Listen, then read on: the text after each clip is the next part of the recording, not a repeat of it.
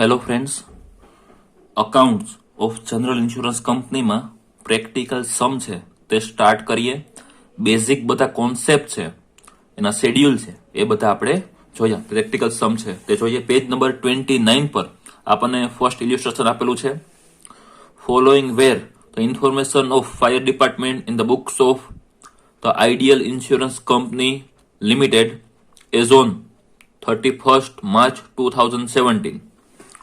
ક્વેશ્ચનમાં આપણને ડિટેલ આપેલી છે. Claim on reinsurance accepted first of all 30,000.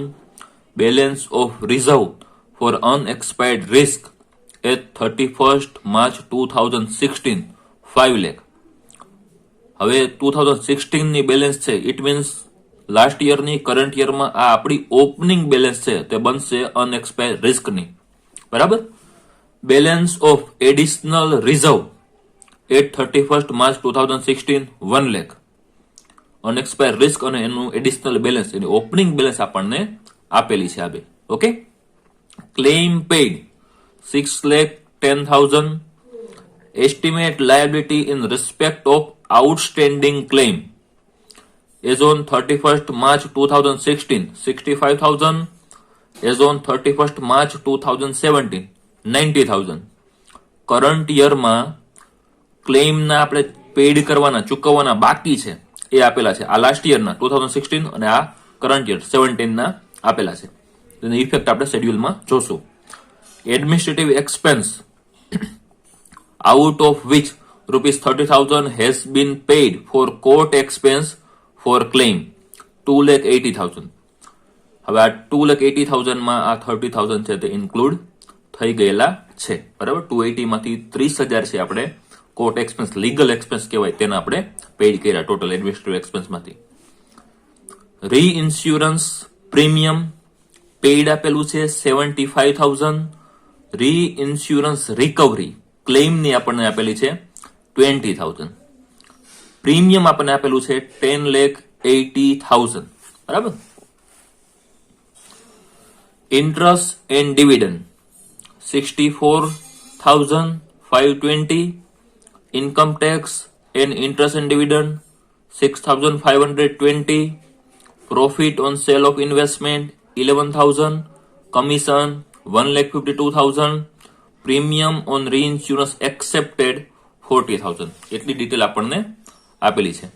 આગળ કીધું છે reserve for unexpired risk is to be kept at 50% of premium receiving during the year and additional reserve is to be increased by ₹1 lakh. Prepare revenue account in horizontal and vertical format. હવે અહીંયા આપણને બે ફોર્મેટનું કીધું છે, પણ જે પ્રમાણે યુનિવર્સિટીના ન્યૂ રૂલ્સ એન્ડ રેગ્યુલેશન છે તે પ્રમાણે આપણે કમ્પલસરી વર્ટિકલ ફોર્મેટમાં જ રેવન્યુ અકાઉન્ટ છે તે બનાવશું. બરાબર. તો એટલો આપણને ક્વેશ્ચન આપેલો છે.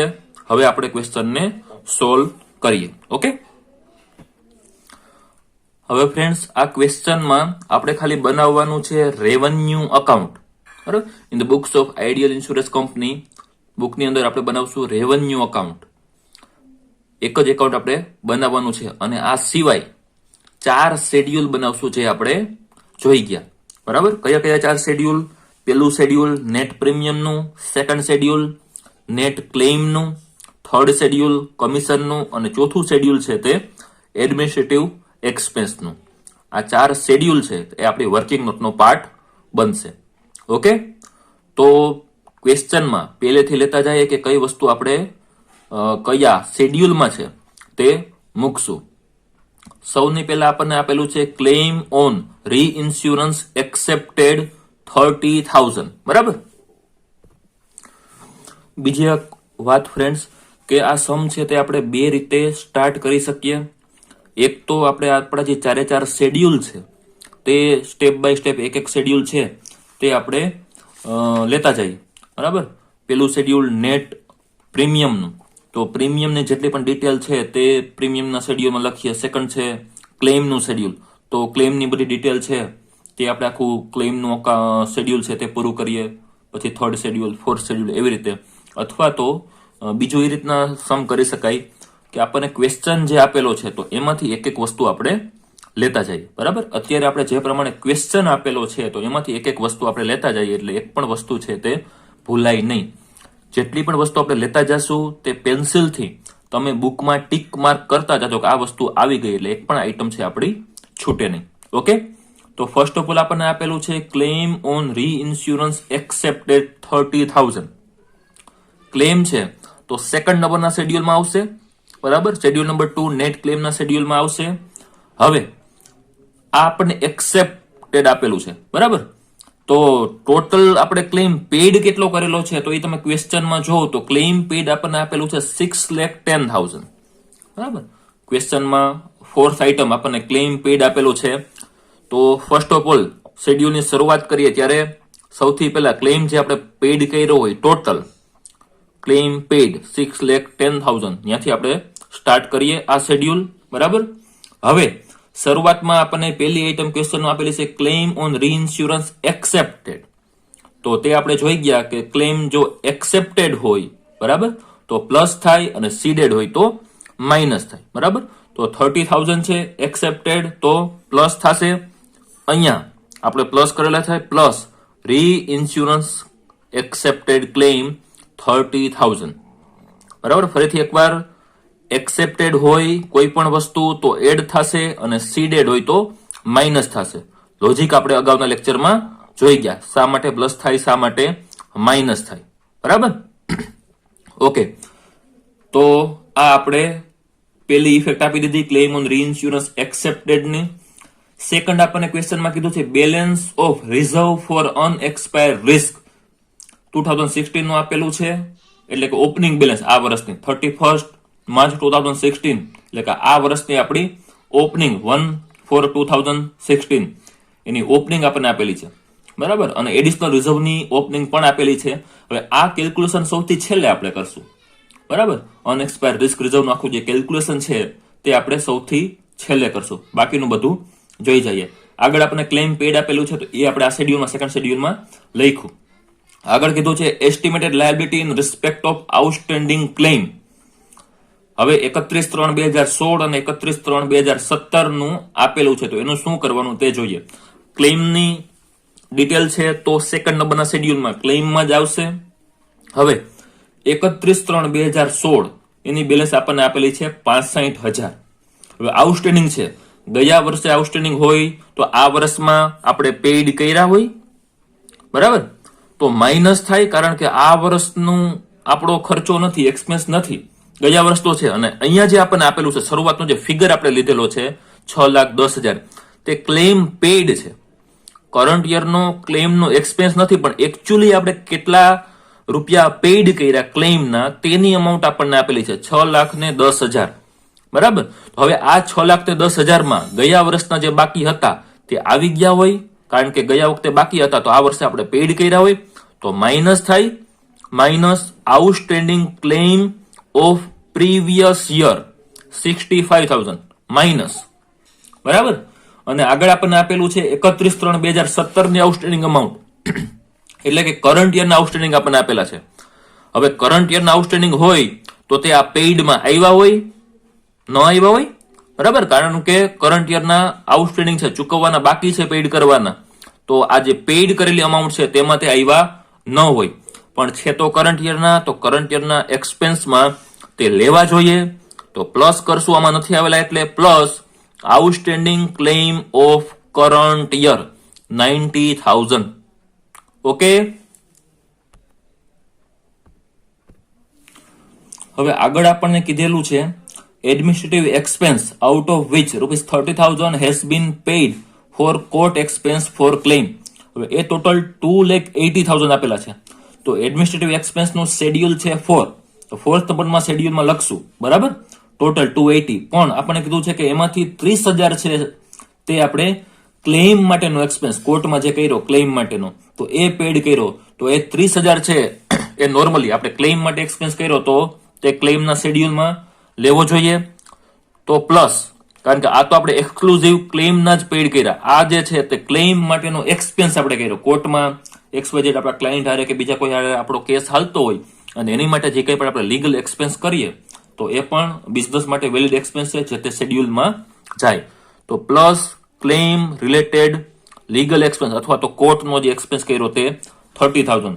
ટોટલ 280 માંથી 30,000 આપણે એડમિનિસ્ટ્રેટિવ જે શેડ્યુલ બનાવશું ચોથું એડમિનિસ્ટ્રેટિવ એક્સપેન્સનું, એમાંથી 280 માંથી 30 બાદ કરશું ને એ લખવાના ક્યાં તે અહીંયા આવે, બાકીના છે તે આપણે ચોથા શેડ્યુલમાં લખીએ. તો આપણું શેડ્યુલ નંબર 4 એડમિનિસ્ટ્રેટિવ એક્સપેન્સ તે આપણને ટોટલ આપેલા છે 2,80,000. એમાંથી 30,000 છે તે આપણે લીગલ એક્સપેન્સ કોર્ટ રિલેટેડ જે કંઈ પણ ક્લેમનો એક્સપેન્સ હતો તે આની અંદર ઇન્ક્લુડ થઈ ગયા છે, તેમાંથી માઇનસ કરીએ 280 માઇનસ 30 એટલે નેટ એડમિનિસ્ટ્રેટિવ એક્સપેન્સ આપણને આવે 2,50,000. અને આ 30,000 ની ઇફેક્ટ આપણે સેકન્ડ નંબરના શેડ્યુલમાં ક્લેમમાં તે એડ કર્યા 30,000. હવે આગળ આપણને કીધું છે કે રીઇન્સ્યોરન્સ પ્રીમિયમ અને બ્રેકેટમાં લખેલું છે પેઇડ. બરાબર. હવે અહીંયા અમુક જે શબ્દો છે, જે ટર્મિનોલોજી છે, જે ક્વેશ્ચનમાં વર્ડ વપરાય તે આપણે થોડુંક ધ્યાનમાં રાખશું. હવે ફ્રેન્ડ પહેલી વસ્તુ એ કે પ્રીમિયમ છે તે આપણી માટે ઇન્કમ છે. આપણે ઇન્સ્યોરન્સ કંપની છીએ તો આપણી મેઇન ઇન્કમ શું, આપણા ક્લાયન્ટ આપણને પ્રીમિયમ આપે તે. બરાબર. તો નોર્મલી પ્રીમિયમ આપણે રિસીવ્ડ કરવાનું થાય, આપણી ઇન્કમ છે. તો હવે અહીંયા પેઇડ આપેલું છે. તો પેઇડ મીન્સ શું, આપણે અગાઉ જોયું હતું કે આપણે બીજા કોઈ આપણને એનું રિસ્ક આપણને ટ્રાન્સફર કરે તો એ આપણે એક્સેપ્ટ કરીએ. બરાબર. અને આપણું રિસ્ક આપણને જો વધારે લાગતું હોય, કોઈ ક્લાયન્ટ આપણી પાસે આવે ને આપણને તે વધારે રિસ્ક લાગતું હોય, આપણે એટલું રિસ્ક લેવા માંગતા ન હોય, તો આપણે આપણા જે પ્રીમિયમ આપણને મળે અથવા તો આપણા ક્લાયન્ટ આપણી પાસે આવે તો એ રિસ્ક આપણે બીજાને ટ્રાન્સફર કરીએ. માની લો કે 5 કરોડ છે, તે 5 કરોડનો કોઈ ક્લાયન્ટ આવ્યો તો આપણે 4 કરોડ જ નું રિસ્ક જ લેવા માંગીએ છીએ, તો 1 કરોડ આપણે બીજી કોઈ કંપનીને ટ્રાન્સફર કરીએ. આપણા ક્લાયન્ટ પાસેથી તો આપણે 5 કરોડનું પ્રીમિયમ લેશું, બરાબર, પોલિસીનું જે કંઈ પણ લેવાનું થાય, પણ એમાંથી આપણે બીજી કોઈ ઇન્સ્યોરન્સ કંપનીને 1 કરોડ ટ્રાન્સફર કરીએ, 4 કરોડ આપણે રાખીએ. બરાબર. ક્લાયન્ટ તો આપણને જ ઓળખે છે, એ તો બધું પ્રીમિયમ આપણને જ આપશે, પણ હવે 1 કરોડનું રિસ્ક આપણે ટ્રાન્સફર કર્યું તો તે 1 કરોડનું પ્રીમિયમ પણ આપણે બીજાને આપવું પડે, તો એને કહેવાય સીડેડ. જ્યારે રિસ્ક આપણે બીજાને ટ્રાન્સફર કરીએ તો એને કહેવાય સીડેડ, અને જ્યારે રિસ્ક બીજા કોઈ એનું રિસ્ક આપણને ટ્રાન્સફર કરે તો એને કહેવાય એક્સેપ્ટેડ. બરાબર. તો હવે અહીંયા પેઇડ છે. પેઇડ મીન્સ શું, ક્લાયન્ટે તો આપણને આપ્યા પણ આપણે તે બીજાને ટ્રાન્સફર કર્યું હોય કે મીન્સ કે સીડેડ કર્યું હોય તો એ પ્રીમિયમ આપણે એને પેઇડ કરવું પડે. 4 કરોડનો પ્રીમિયમ આપણે રાખીએ અને 1 કરોડનું પ્રીમિયમ છે તે જેને આપણે સીડેડ કર્યું હોય, ટ્રાન્સફર કર્યું હોય, એને આપણે એને આપી દઈએ, એના ભાગનું જે પ્રીમિયમ હોય. બરાબર. તો અહીંયા પ્રીમિયમ પેઇડ મીન્સ શું, આ સીડેડ હશે. બરાબર. આ જે અમાઉન્ટ છે તે રીઇન્સ્યોરન્સ સીડેડ. બરાબર. તો સીડેડ હોય તો માઇનસ થાય. ફર્સ્ટ ઓફ ઓલ પેલું શેડ્યુલ નેટ પ્રીમિયમ, તો આ સીડેડની અમાઉન્ટ તો છે 75, પણ એની પહેલા પ્રીમિયમની અમાઉન્ટ છે તે આપણે લખવી પડે. બરાબર. તો નીચે આપણને આપેલું છે પ્રીમિયમ 10,80,000, તો પેલા પ્રીમિયમની અમાઉન્ટ લખી નાખીએ અને એમાંથી પછી સીડેડની અમાઉન્ટ છે તે માઇનસ કરીએ. Minus reinsurance premium ceded. Directly આપણને સીડેડ વર્ડ આપેલો નથી, પણ આ સીડેડ જ થાય, પેઇડ મીન્સ. બરાબર. તો આ વર્ડિંગ છે તે ખાસ જોવા. 75,000 સીડેડ છે તો માઇનસ થશે. હવે આગળ આપણને કીધેલું છે રીઇન્સ્યોરન્સ રિકવરી અને બ્રેકેટમાં આપેલું છે ક્લેમ. આગળ આપણને આપેલું છે, આ જોયું એ રીઇન્સ્યોરન્સ રિકવરી બ્રેકેટમાં ક્લેમ. હવે ક્લેમ છે તે આપણી માટે એક્સપેન્સ બને. બરાબર. આપણા ક્લાયન્ટને આપણે ઇન્સ્યોરન્સની પોલિસી વેચી છે, બરાબર, તો એને જે કંઈ પણ લોસ જાય તો તે ક્લેમની અમાઉન્ટ આપણે પેઇડ કરવી પડે. આજે 6,10,000 રૂપિયા છે આપણે પેઇડ કર્યા, તે પેઇડ કરવી પડે. બરાબર. હવે અહીંયા આપેલું છે રીઇન્સ્યોરન્સ રિકવરી. તો રિકવરી એટલે શું? બરાબર. તો રિકવરી આપણી પાસેથી ક્લેમની થઈ છે. બરાબર. તો ક્લેમની રિકવરી ક્યારે થાય? આપણે બીજા કોઈને આ જે રિસ્ક છે એ ટ્રાન્સફર કર્યું હોય, બરાબર, તો એના ભાગનું જે રિસ્ક છે એનો જે ક્લેમ છે એના રૂપિયા આપણે એને પેડ કરવા પડે. ક્લેમ પેડ એકચ્યુઅલ તો આપણને આપેલું છે 6,10,000, બરાબર, પણ આ રીઇન્સ્યોરન્સના છે.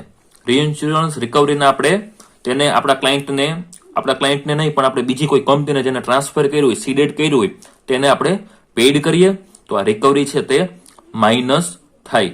Minus reinsurance recovery 20,000. ઓકે.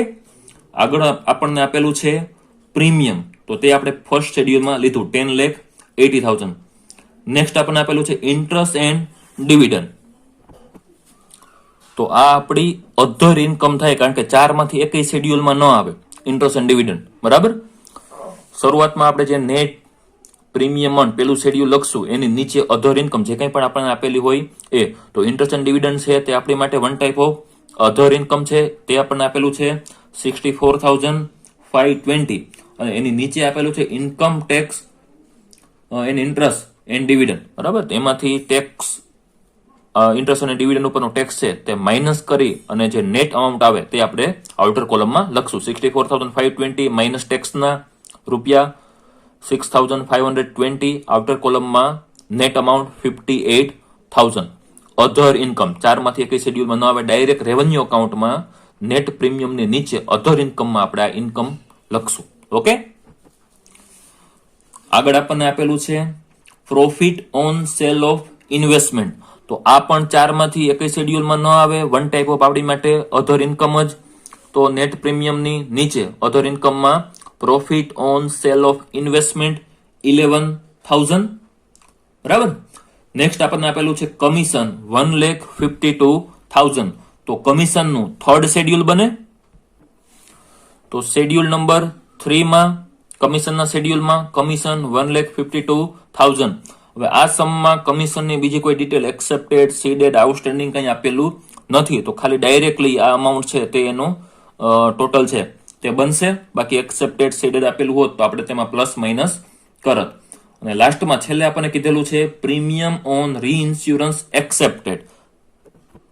તો પ્રીમિયમ છે તો ફર્સ્ટ શેડ્યુલમાં આવશે. નેટ પ્રીમિયમમાં પ્રીમિયમ રીઇન્સ્યોરન્સનું એક્સેપ્ટેડ છે તો પ્લસ થશે, પ્લસ રીઇન્સ્યોરન્સ પ્રીમિયમ એક્સેપ્ટેડ 40,000. બરાબર. તો એટલી ડિટેલ આપણને આપેલી હતી તે આપણે જોઈ લીધું. બરાબર. બાકી શું છે? રિઝર્વનું કેલ્ક્યુલેશન. તો એ જોઈએ, અનએક્સપાયર્ડ રિસ્ક રિઝર્વનું કેલ્ક્યુલેશન કઈ રીતે થાય તે. હવે ફ્રેન્ડ્સ, આ સમનો મોસ્ટ ઇમ્પોર્ટન્ટ પાર્ટ. બીજા બધામાં ખાલી પ્લસ માઇનસ જ કરવાનું છે. બરાબર. અહીંયા calculation of unexpired risk reserve calculation આપણે આમાં જે કરવું પડે તો આ એક રિસ્ક અનએક્સપાયર્ડ રિસ્ક રિઝર્વમાં જ કરવાનું છે. બાકી તો એક્સેપ્ટેડ, સીડેડ, આઉટસ્ટેન્ડિંગ કંઈ હોય તો એ પ્લસ માઇનસ બધા શેડ્યુલમાં એ જ છે.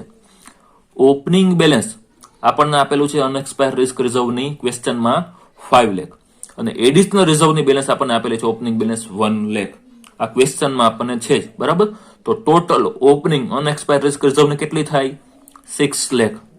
ઓપનિંગ બેલેન્સ બેઝિક જે આપેલી છે તે અને એડિશનલ રિઝર્વની આપેલી છે તે બેનો ટોટલ 6 લાખ.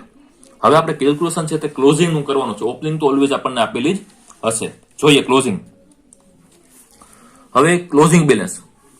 ક્લોઝિંગ બેલેન્સમાં આપણને ક્વેશ્ચનમાં કીધું જ છે કે 50% છે તે નેટ પ્રીમિયમના આપણી ક્લોઝિંગ બેલેન્સ આપણે રાખશું. બરાબર. અને માની લો કે કદાચ ન પણ કીધું હોય તો જોવાનું ફાયરનો સમ છે કે મરીનનો હોય તો 100%, ફાયરનો સમ હોય તો 50%. અહીંયા આપણને ફાયર ડિપાર્ટમેન્ટ છે તે એનું આપેલું છે ડિટેલ. કદાચ આપણને નીચે ક્વેશ્ચનમાં 50% ન કીધું તો પણ આપણે 50% જ લેત. તો 50% ઓફ નેટ પ્રીમિયમ.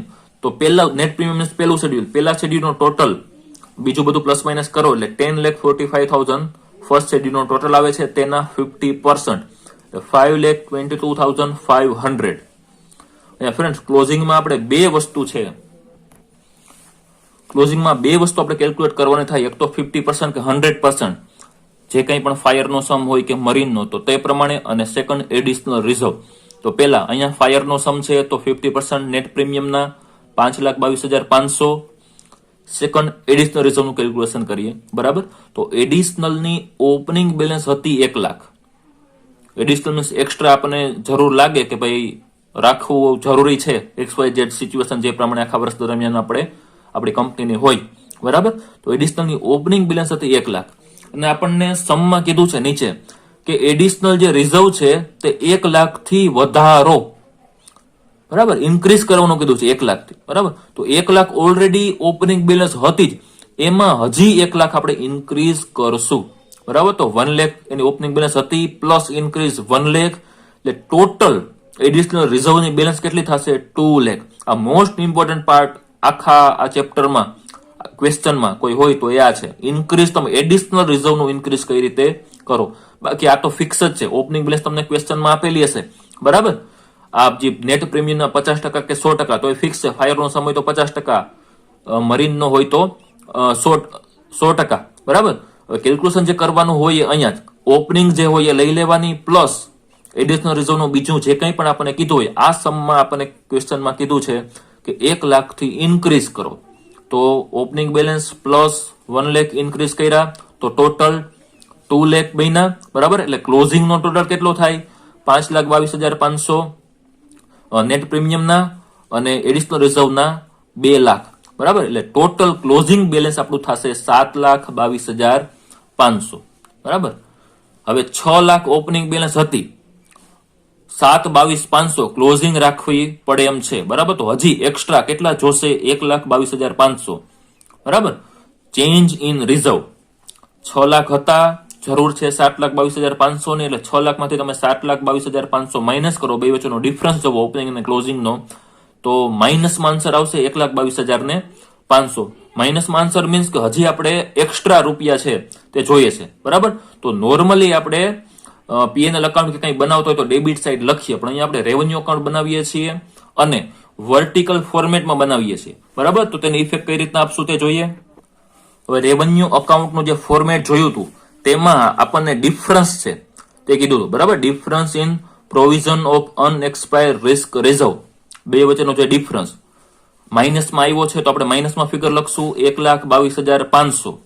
જો પ્લસમાં આવ્યો હોય તો પ્લસમાં, બરાબર. પ્લસમાં ક્યારે આવે? ઓપનિંગ કરતા ક્લોઝિંગ ઓછું હોય તો. પણ નોર્મલી એવું ક્યારેય બનશે નહીં, ક્યારેય એકાદા સમમાં કદાચ એવું આવશે.